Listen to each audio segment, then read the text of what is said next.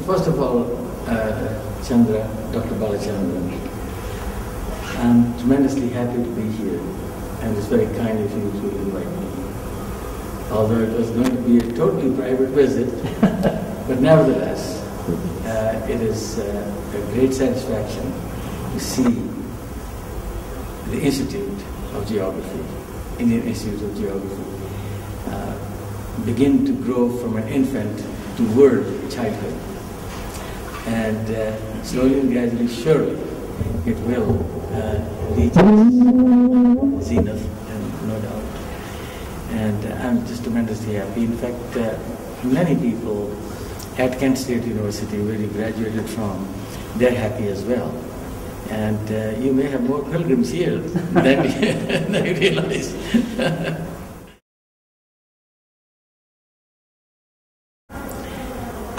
I think that we need to emphasize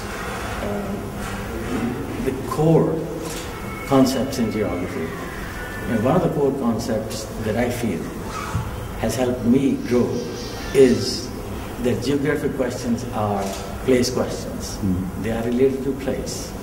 Whether the place is studied in a historical fashion or the place is studied in an experiential way, or the place is studied in the sense of its dynamics, its structure, whatever, but the questions are essentially related to place.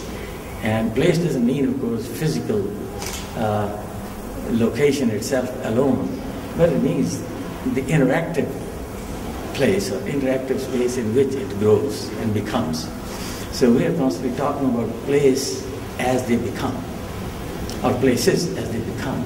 That is the fundamental question. And if the kids and their parents begin to realize that there's excitement in learning about the development and growth of places, I think that they will feel fulfilled when they learn geography. And so that's really quite critical. And this awareness that comes as a result of addressing the place questions is in itself really quite important, because you not only learn about place at the local level, but you begin to learn about places and their relationships. And it is that where the excitement lies.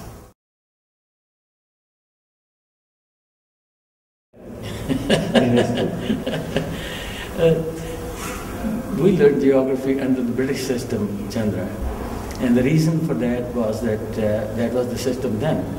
Remember, I was born in 1934, and so our schooling was done in whatever the British had designed to be the curriculum. And that curriculum involved learning about the geography of local places, then the higher level, and finally, in the high school, then you learn world geography and world regions, so that you build up your knowledge about geography from your local area toward a larger world. And that had some logic to it.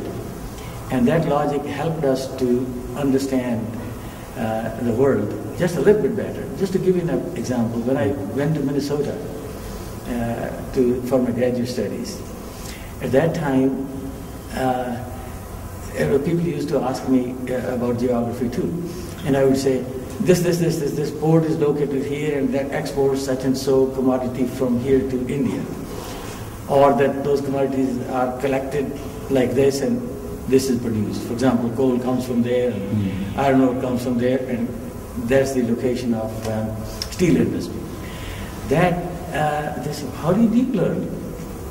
Well, because there was some systematic understanding of geography from grade 1 on to the 10th grade. At that time, there were only 10th grades, 10 grades.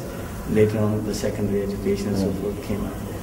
So the systematic learning from grade 1 onwards did help the understanding of the world.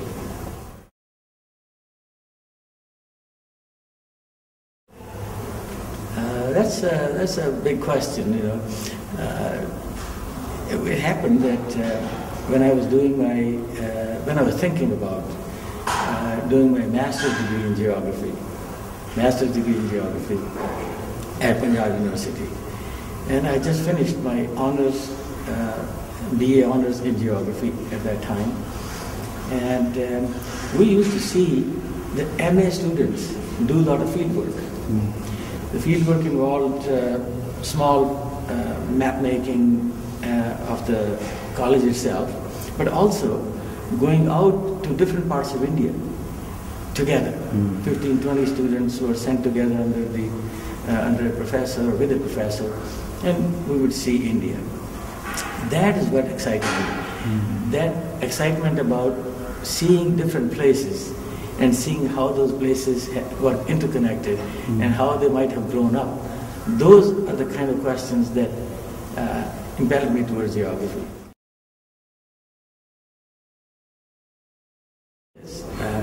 I went to the States in 1962 to the University of Minnesota. And my purpose there was just simple, to get a master's degree in urban planning and come home and probably find a job in a city, as a city planner perhaps. However, whenever I went to school means to the university, and whenever I went over there, the students as well as the teachers would frequently ask questions about India, and mostly about Indian culture.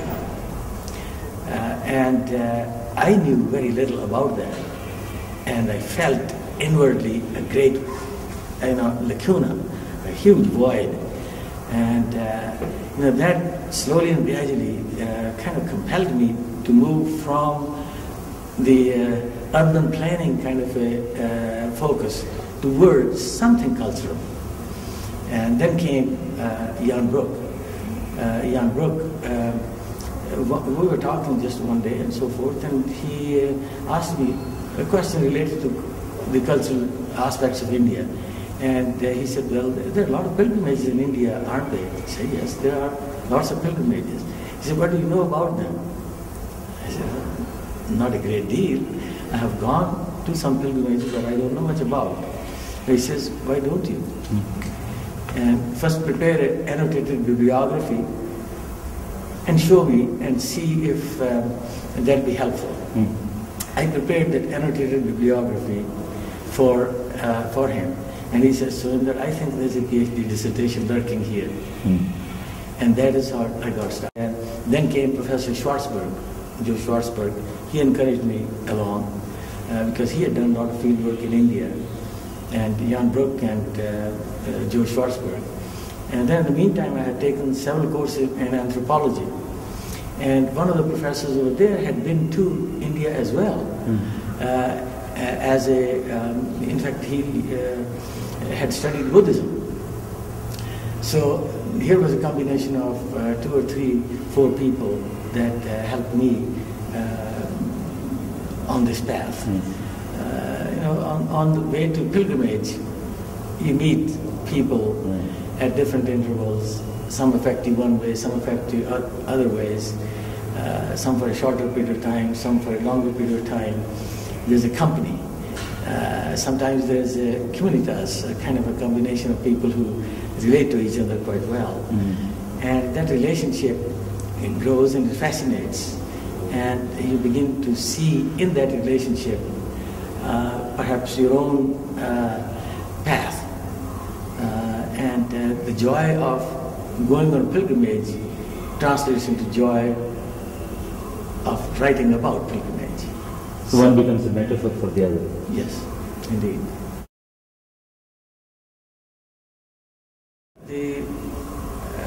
Ultimately, the purpose of education is to satisfy our own curiosity about the world we live in. That is one. And the second thing is to be able to relate to other people, to perhaps deepen other people's understanding. But first one has to deepen one's own understanding. And so I think that for me, at least, the reason for the study of pilgrimage was that it helped me understand, or begin to understand, I should say, India's culture, which I never would have been focused on if I had just become an urban planner and retired as a government official of some sort. But now even though I'm Emeritus, I'm 77 years, yet I feel joy in going to any pilgrimage. Any pilgrimage. And, walking is a little more difficult than it used to be, but that doesn't prevent me from participating wherever I can. And there's a real joy. And that joy just connects you with your environment deeply. And that's where, for me, the satisfaction lies. Each person has to find her or his satisfaction in life.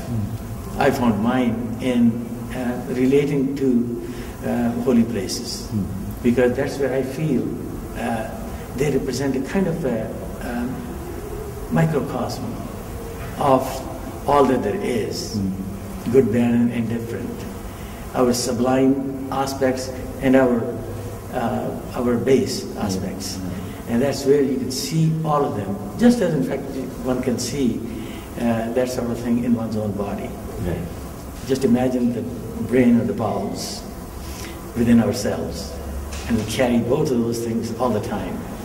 And that's the kind of a microcosm that I see at a somewhat bigger scale at the place of pilgrimage, or for that matter, in the cosmos itself.